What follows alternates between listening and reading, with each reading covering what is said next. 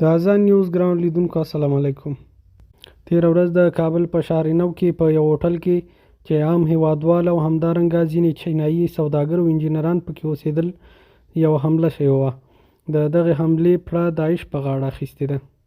د برید په لومړیو کې د اسلامي امارت مرکزي ویان ذبیح الله مجاهد پر خپل ټویټر پاڼه لیکلي و چې په دغه برید کې یوازې 2 تنه ټپیان شوي دي، چې هغه هم یوازې د جګ ځای څخه د راټوپ کولو له امله ټپیان شوي دي. د چین د بهرنیو چارو وزارت وانګ وویل چې زموږ د معلوماتو له مخې په دغه ترهګریز برید کې 15 چینایي وګړي ټپیان شوي دي.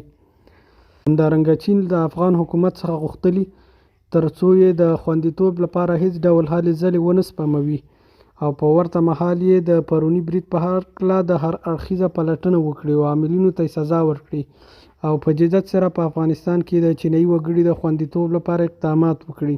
په دغه هوټل کې چې برید پېښ شوی و، چینایي سوداګر همدارنګه نور عام هیوادوال اوسېدل. دا یو عادي هوټل و، کوم داسې هوټل نه و چې په دې کې داسې کسان واوسېږي چې د امنیت له لحاظه هغوی ته مشکل وي، بلکې د چینایانو ترڅنګ په دې کې نور عام هیوادوال هم اوسېدل. د داعش له لوري د 2 بریدګرو تصویر چې خپور شوی دی، په هغې کې په واضحه توګه لیدل کېږي چې دغه بریدګر په همدې هوټل کې اوسېدل او همدلته یې کوټه نیولې وه.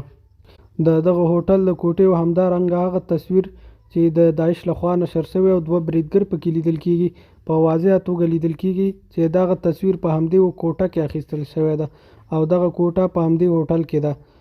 له دې معلومیږي چې دغه بریدګر مخکې له دې څخه چې حمله وکړي، دلته یې په هوټل کې ځان ته ځای نیولی و او همدلته اوسېدل.